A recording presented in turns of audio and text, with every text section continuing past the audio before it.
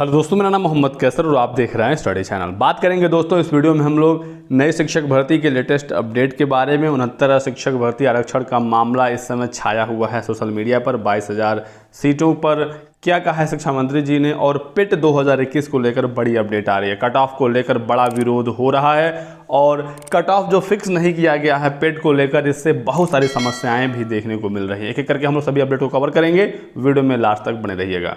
Video में आगे बढ़ने से पहले एक और जरूरी सूचना, अगर आप तैयारी करना चाह रहे हैं सीटेट का तो धुरना ऐप पर डीके गुप्ता सर के कोर्स में भारी छूट आ गई है। फेस्टिव सीजन ऑफर आ गया है। सीटेट का बैच जो लगभग 3,000 रुपये में नॉर्मली मिलता है, आपको इस समय मिल जाएगा सिर्फ और सिर्फ 699 रुपये में। और अगर आप सिर्फ और सिर्फ CDP और EVS पढ़ना चाहते हैं तो जो कोर्स लगभग 1,000 रुपये मिलता है, आपको मिलेगा सिर्फ और सिर्फ 299 रुपये में। कोर्स लेने के लिए आप दिए गए नंबर पर कॉन्टैक्ट कर सकते हैं या फिर आप धुरना ऐप इंस्टॉल करके कोर्स को चेकआउट कर सकते हैं। सभी इंपॉर्टेंट लिंक डिस्क्रिप्शन बॉक्स में दिया गया है। सबसे पहले बात करते हैं 69,000 शिक्षक भर्ती की। 69,000 शिक्षक भर्ती में आरक्षण का जो मामला है वो काफ़ी समय से छाया हुआ है और काफ़ी समय से छात्र इसको लेकर संघर्ष कर रहे हैं।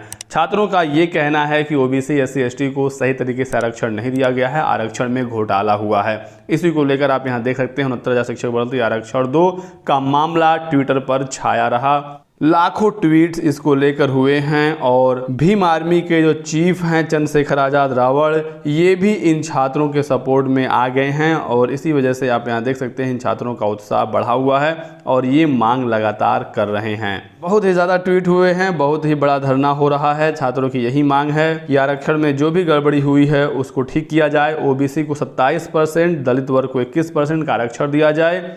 69,000 शिक्षक भर्ती आरक्षण महाघोटाला का बैनर पोस्टर आप यहां पर छात्रों के हाथ में, साथ ही साथ चंद्रशेखर जी के हाथ में भी देख सकते हैं। और आप यहां देखेंगे एक बैनर, ऐसी क्या मजबूरी है, आरक्षण की चोरी है, तो ये चीजें आप देख पाएंगे। देखना होगा दोस्तों इसमें फाइनली क्या होता है। बेसिक शिक्षा मंत्री जी ने तो साफ कर दिया है कि आरक्षण के संबंध में कुछ भी गड़बड़ी नहीं हुई है, लेकिन छात्रों ने इसमें बड़ा आरोप लगाया है कि OBC SC ST को सही तरीके से आरक्षण नहीं दिया गया है। बहुत बड़ा धरना आज हुआ, हजारों की संख्या थी, लाखों में ट्वीट हुए। जैसे ही कोई और अपडेट हमें मिलती है दोस्तों इस संबंध में आपको जानकारी दी जाएगी। ट्विटर पर आप यहां देख सकते हैं लगभग 2.5 लाख के संख्या में ट्वीट हुए 69,000 शिक्षक भर्ती आरक्षण 2 मामले को लेकर। इसके साथ साथ नए शिक्षक भर्ती को लेकर भी छात्रों ने आज ट्विटर पर कैंपेन रखा था, नो UPPRT नो BJP, और यहाँ पर भी 50,000 से अधिक ट्वीट हो गए हैं। 29 नंबर 28 नंबर पर लगातार ये भी मामला ट्विटर पर ट्रेंड हो रहा है।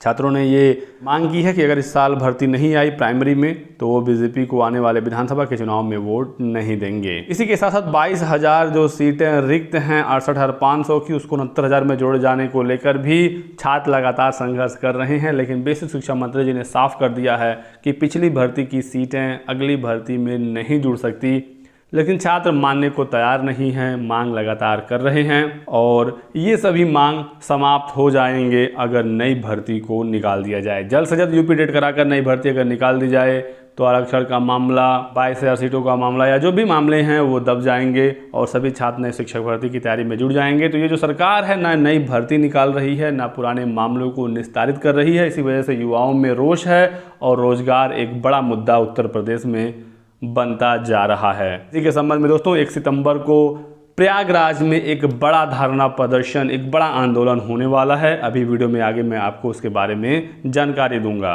बात करते हैं दोस्तों UPSSC PET परीक्षा के बारे में। बहुत ही विवादित परीक्षा हो गई है PET का एग्जाम। इस परीक्षा में कोई कट ऑफ नहीं है और इसी को लेकर विवाद बढ़ रहा है। जिस तरह से CTET UP टेट ऐसी परीक्षाएं हैं जहां पर पहले से पासिंग नंबर डिसाइड होता है, लेकिन PET में कोई पासिंग नंबर नहीं है। और हाल ही में UPSSC के चेयरमैन प्रवीण कुमार जी का इंटरव्यू आया है, उन्होंने बताया कि 15 गुना अभ्यर्थियों को मुख्य परीक्षा में बुलाया जाएगा और कोई कट ऑफ इसका पहले से डिसाइड नहीं है। इसको लेकर बहुत सारी समस्याएं देखने को मिल रही हैं और इसी वजह से युवा मंच ने पत्र लिखना शुरू कर दिया है। सभी लोगों को पत्र भेजा जा रहा है, चाहे वो मुख्यमंत्री हो, राज्यपाल हो या UPSSC के आला अधिकारी हो। क्या क्या यहाँ पर उन्होंने आरोप लगाए हैं, क्या क्या चीज़ें उन्होंने बताई हैं, हम लोग देख लेते हैं। विषय है अधीनस्थ सेवा चयन आयोग द्वारा संपन्न हुई प्रारंभिक अर्हता परीक्षा में कट ऑफ संबंधी आयोग के अध्यक्ष के बयान से छात्रों की नाराजगी के संबंध में यहाँ पर ये विषय है इस पत्र का। हाल ही में संपन्न हुई प्रारंभिक अर्हता परीक्षा में अधीनस्थ सेवा चयन आयोग यानी यूपी द्वारा एक चैनल को दिए गए साक्षात्कार में दिए गए बयान से युवाओं में काफी रोष है और प्रयागराज में 1 सितंबर से हो रहे रोजगार आंदोलन में ये भी एक प्रमुख मुद्दा होगा। उनके वक्तव्य के हिसाब से आयोग द्वारा आयोजित की जाने वाली अलग अलग परीक्षाओं के लिए उन भर्तियों में उनकी उस भर्ती की विज्ञापित सीटों की 15 गुना सीटें क्वालिफाई कराई जाएंगी। तो जो भी भर्ती आएगी पेट के बाद वहां पर जितने पद होंगे उन पदों का 15 गुना अभ्यर्थियों को उस भर्ती की मुख्य परीक्षा में बैठने का मौका दिया जाएगा। इस प्रक्रिया से यह अर्हता परीक्षा ना होकर मुख्य परीक्षा का पहला चरण हो जाएगा। महत्वपूर्ण सवाल ये है कि तब फिर इस परीक्षा को अर्हता परीक्षा क्यों कहा जा रहा है और अलग अलग मुख्य परीक्षाओं के लिए एक प्रारंभिक परीक्षा कैसे हो सकती है। अगर अर्हता परीक्षा के बजाय इसे प्रारंभिक परीक्षा माना जाए तो फिर मुख्य परीक्षाओं को अलग अलग कराने का औचित्य नहीं है। इसमें सबसे बड़ी विसंगति यह पैदा होगी कि किसी एक उच्च ग्रेड की परीक्षा में अर्हता रखने वाला अभ्यर्थी उससे नीचे की ग्रेड की परीक्षाओं के लिए यदि उसमें सीटें कम हैं तो उसकी चयन प्रक्रिया से बाहर हो जाएगा। दरअसल अलग अलग परीक्षाओं के लिए अलग अलग कट ऑफ रखना पूरी तरह से अनुचित है। तर्कसंगत यही है कि आयोग को किसी सत्र के लिए प्राप्त अधियाचन के आधार पर अभ्यर्थियों को क्वालिफाई कराया जाए और एक निश्चित कट ऑफ के ऊपर क्वालिफाई करने वाले अभ्यर्थियों को आयोग की सभी परीक्षाओं में शामिल होने की इजाजत दी जाए। अतः महोदय से अनुरोध है कि उपरोक्त के मद्देनजर युवा मंच का मत है कि प्रारंभिक अर्हता परीक्षा में 3 से 4 लाख अभ्यर्थियों को क्वालिफाई कराया जाए और इन्हें सभी परीक्षाओं में शामिल होने की इजाजत दी जाए। और इसी के संबंध में आप यहाँ देखेंगे युवा मंच ने मेल भी किया है सभी अधिकारियों के पास और सरकार के पास। तो प्रारंभिक अर्हता परीक्षा को लेकर बहुत सारे विवाद देखने को मिल रहे हैं। इसमें सबसे बड़ा विवाद ये है कि जो टॉपर स्टूडेंट होंगे, जो टॉपर छात्र होंगे पीईटी के, उन्हीं को ही सभी भर्ती परीक्षाओं में बुलाया जाएगा। कोई छात्र पहले से अगर सेलेक्ट हो गया है तो भी उसका नाम अगली मुख्य परीक्षा में आवेदन करने के लिए आएगा और फिर वहाँ पर जो योग्य अभ्यर्थी हैं उनकी कमी हो सकती है।